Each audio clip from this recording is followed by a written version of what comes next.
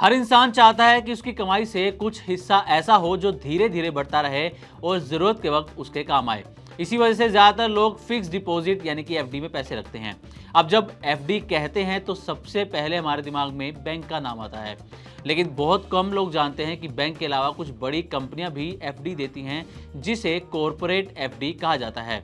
Corporate FD को लेकर लोगों के मन में कई तरह के सवाल होते हैं, जैसे कि जब बैंक एफडी मौजूद है तो फिर कॉरपोरेट एफडी क्यों? इसमें फ़ायदा ज़्यादा है या घाटा? क्या इसमें पैसे लगाना सही रहेगा या नहीं? इन्हीं सब सवालों के जवाब आज हम आपको इस वीडियो में देने वाले हैं। कहानी शुरू होती है उस वक्त से जब कोई आम आदमी अपने थोड़े बहुत पैसों को बढ़ाना चाहता है।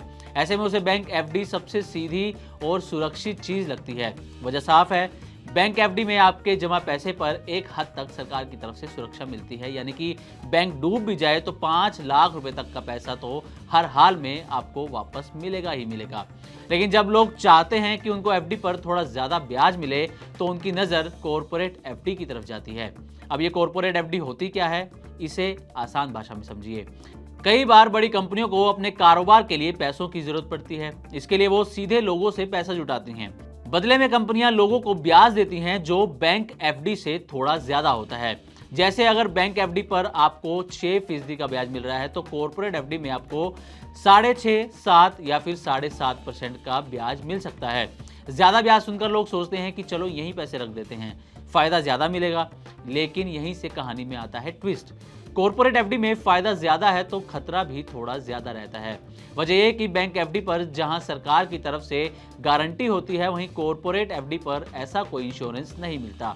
अगर कंपनी नुकसान में चली जाए या बंद हो जाए तो आपका पैसा डूब भी सकता है। इसलिए लोग डरते भी हैं। अब आप सोच रहे होंगे कि फिर इसमें पैसा लगाना चाहिए या नहीं, तो इसका जवाब सीधा है। अगर आप थोड़ा जोखिम उठा सकते हैं और कंपनी के हालात ठीक से जांच सकते हैं तो आप इसमें कुछ हिस्सा रख सकते हैं, और अगर आप पूरी तरह से निश्चिंत रहना चाहते हैं तो बैंक एफडी ही आपके लिए सबसे सही ऑप्शन साबित होगा। यहाँ एक बात और ज़रूरी है, कॉरपोरेट एफडी को कई बड़ी एजेंसियां रेटिंग देती हैं। ये रेटिंग बताती हैं कि कंपनी का हाल यानी कंपनी की स्थिति कितनी मजबूत है। AAA जैसी ऊंची रेटिंग को अच्छा माना जाता है। तो अगर अब कभी आप कॉर्पोरेट एफडी में पैसा लगाना चाहें तो पहले रेटिंग जरूर देख लें, साथ ही साथ कंपनी की हालत जान लें और उसकी शर्तें भी अच्छे से पढ़ लें। कई बार लोग बिना देखे या बिना समझे ज्यादा ब्याज के लालच में कहीं भी पैसा लगा देते हैं, लेकिन बाद में पछताना पड़ता है। याद रखिए, समझदारी यही है कि आप अपने पैसों को अलग अलग जगह बांट कर रखें, ताकि एक जगह अगर दिक्कत आए तो बाकी पैसा सुरक्षित रहे। तो इस पूरी कहानी से यही सीख मिलती है कि अगर आप एफडी में पैसा लगा रहे हैं तो पहले पूरी स्थिति को अच्छे से जान लें। कहीं भी दस्तखत करने से पहले शर्तें अच्छे से पढ़ लें और उनको समझ लें, और अपने बजट के हिसाब से ही कदम उठाएं। आज के लिए बस इतना ही। ऐसी और भी वीडियोस के लिए देखते रहे मनी 9 और सब्सक्राइब करें हमारा चैनल। साथ ही बिजनेस और पर्सनल फाइनेंस से जुड़ी तमाम खबरों को आप हमारी वेबसाइट money9live.com पर भी पढ़ सकते हैं। मनी 9 लाया है membership programme money 9 prime.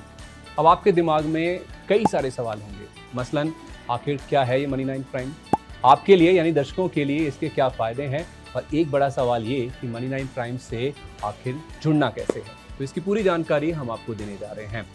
Money 9 prime में 3 प्लान होंगे, इकोनॉमी, स्टैंडर्ड और VIP। तो फटाफट ज्वाइन कीजिए YouTube पर मनी 9 प्राइम। ज्वाइन करने के लिए मनी 9 के YouTube पेज पर जाइए। होम पेज पर मिलेगा ज्वाइन बटन, इसे क्लिक करें, अपनी पसंद का प्लान चुनें और बस हो गया, अब आप रहेंगे सबसे आगे।